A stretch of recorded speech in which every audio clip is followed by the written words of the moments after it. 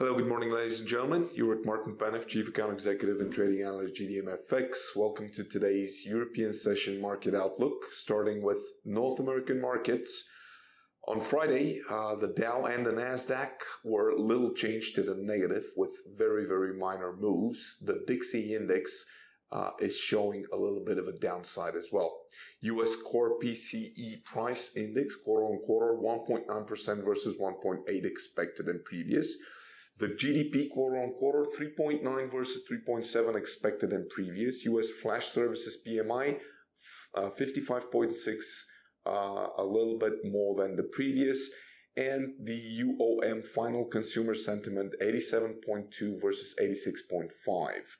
The dollar was still the overall winner as traces of risk aversion lingered in the markets. Of course, it didn't hurt that Uncle Sam's quarterly PCE price index was revised higher along with quarter two for this year growth estimates.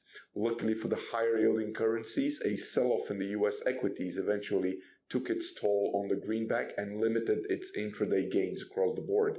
Both S&P 500 and the Nasdaq started the day on a strong note after Ms. Janet Yellen expressed confidence that the global growth concerns aren't expected to affect the U.S. economy much, but eventually got weighted down by the weaknesses in the tech stocks. Today is full of events on the USD, including a few speeches from Fed officials. We're going to see the personal expenditures, the personal consumption and spendings reports month on month and year on year, along with the property market outlooks month on month and year on year. Moving along to the European markets, the German DAX 30 little change to the green side on Friday. The CAC 40 went 50 points up though. The EU money supply year on year came 4.8% versus 5.3 expected. Private loans, 1% versus 1.1 expected. A negative headline inflation reading, which would be the first since March, would fuel speculation about further European Central Bank stimulus 6 months after the Eurozone Central Bank launched a 1 trillion euro-plus asset purchase program. On Wednesday, however, a surprisingly hawkish-sounding Mario Draghi said that the ECB needed more time to assess whether China's slowdown, particularly its impact on commodity prices, cheap oil and rising euro, would slow inflation even further. Even if inflation turns negative again, deflation risks remain low.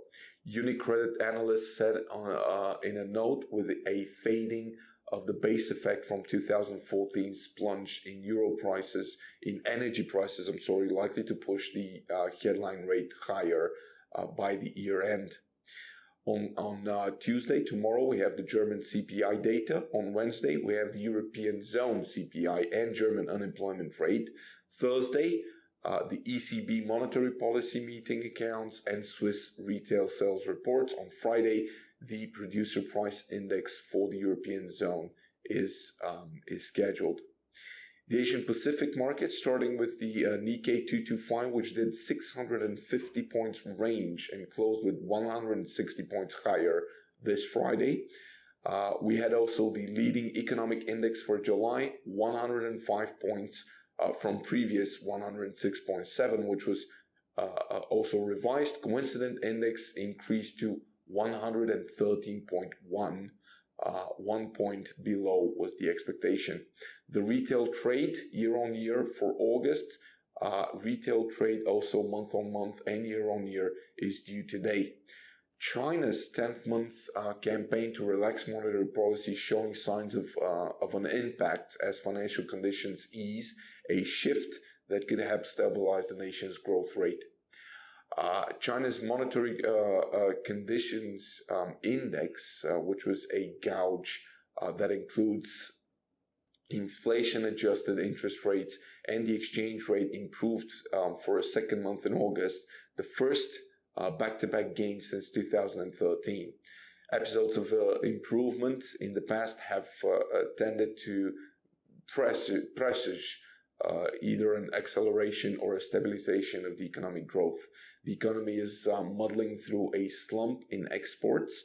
and a downturn in investment growth thanks to the overhang of debt. The best bet for picking may be continued gains in consumer spending, along with turnaround and public projections. That's where financial conditions come in. On Thursday, we have the National Day in China. Banks are closed, although we do have the MBS manufacturing PMI for September and non-manufacturing PMI for September. On Friday, again, National Day, banks are closed. Moving down to the commodity sector, starting with the S&P 500 index, which had a range of 40 points at 1928 currently.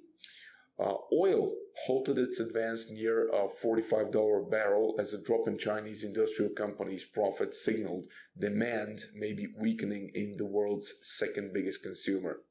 West Texas Intermediate future fell as much as 1.2% after climbing 2.3% last week. The WTI had 1.40 range at 45.14 currently. Gold fell from prior session's one-month peak on Friday as upbeat U.S. second quarter growth data added to expectations for a rate hike before the end of the year. Gold held mostly flat in Asia on Monday, with investors looking ahead to remarks on monetary policies as Japan and the U.S. For direction, gold had a range of $11 to $12 range since this morning, since the last 2 hours, and currently the price is around $1,140 per troy ounce. That was all from me from today. Thank you very much for your attention. Cheers and have a successful trading day.